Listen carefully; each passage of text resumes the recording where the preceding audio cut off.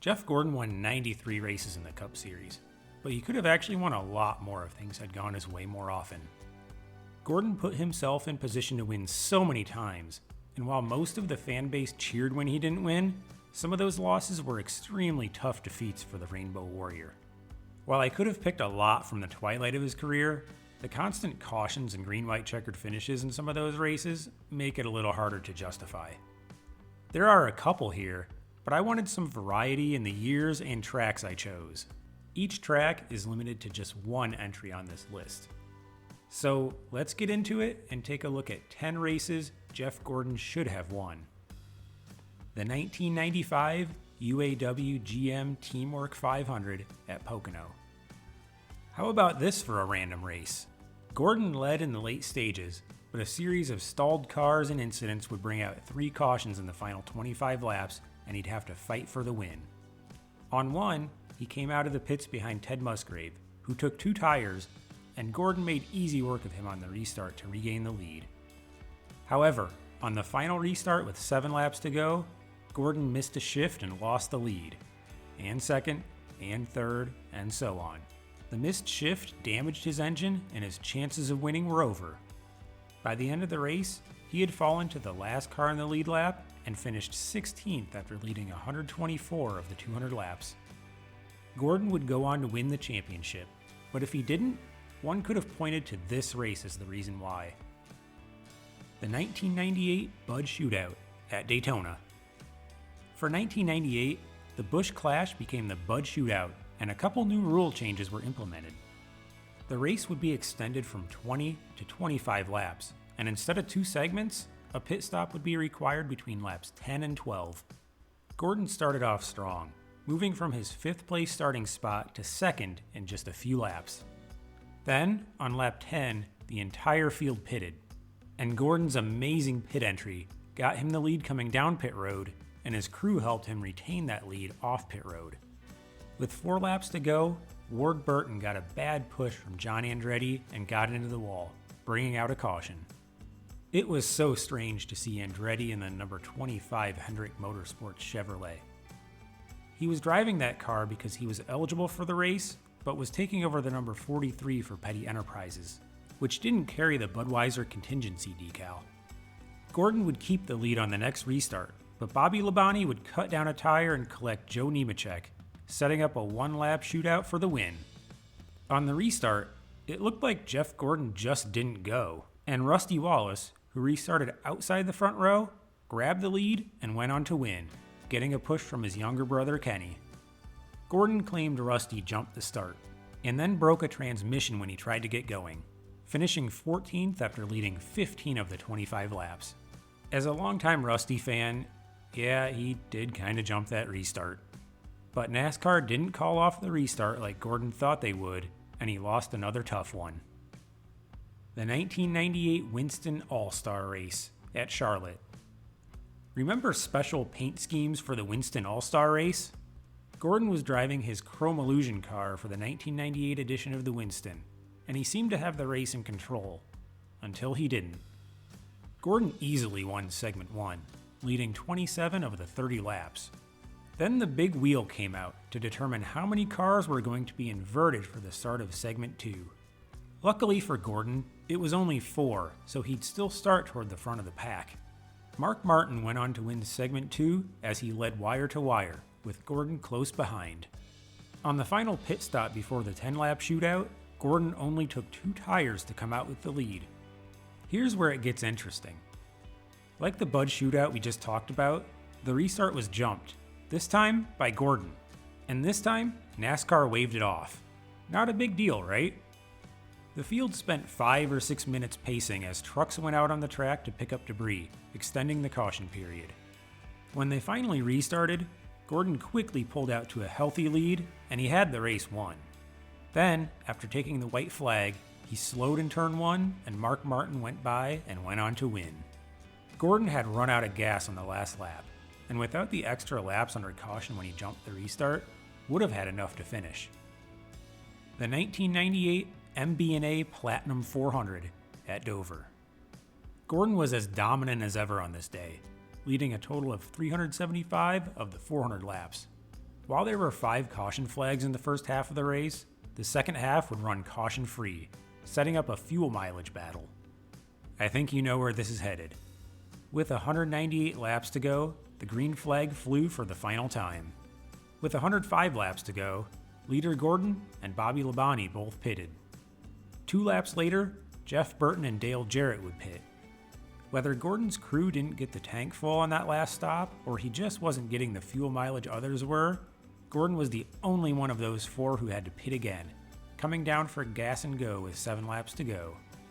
That gave the lead to Dale Jarrett, who went the last 103 laps without pitting to get the victory. Despite the extra stop, Gordon would only fall to 3rd at the checkered flag, but he absolutely had that race won on speed. Also, Buckshot Jones had a great run here at Dover, finishing 8th for his only career top 10 in the Cup Series. The 2001 New Hampshire 300 at New Hampshire.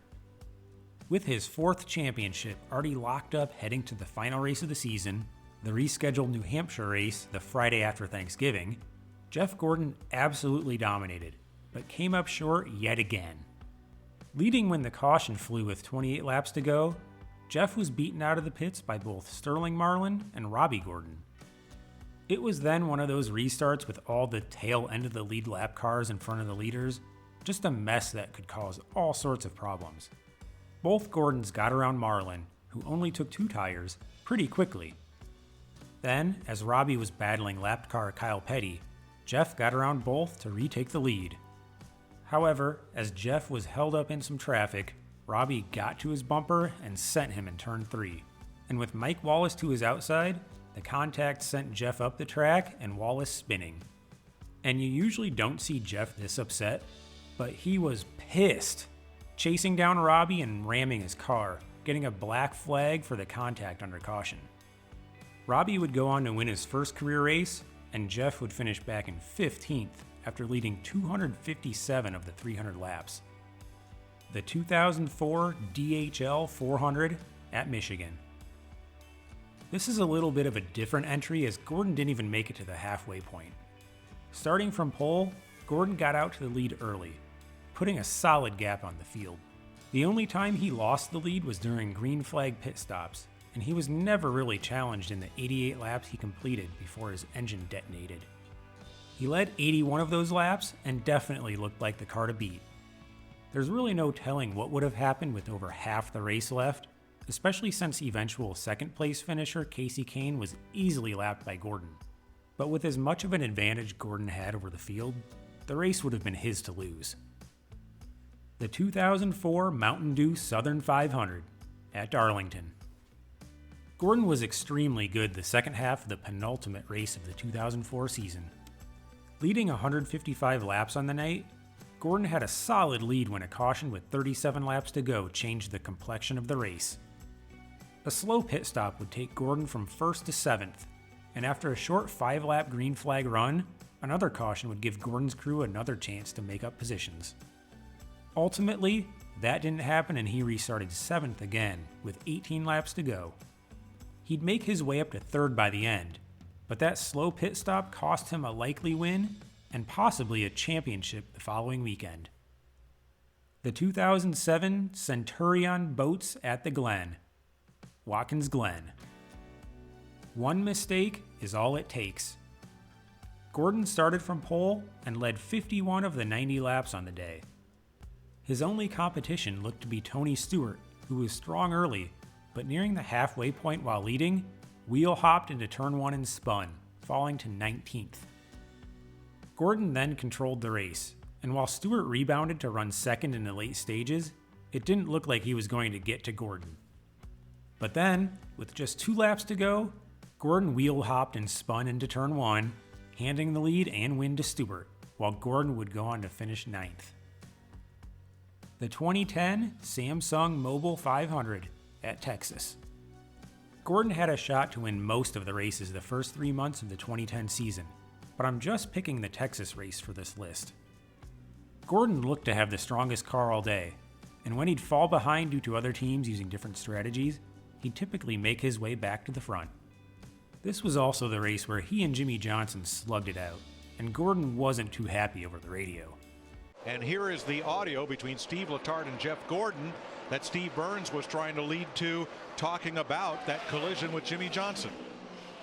4 times, a little upset. I guess they thought you got into him, I guess.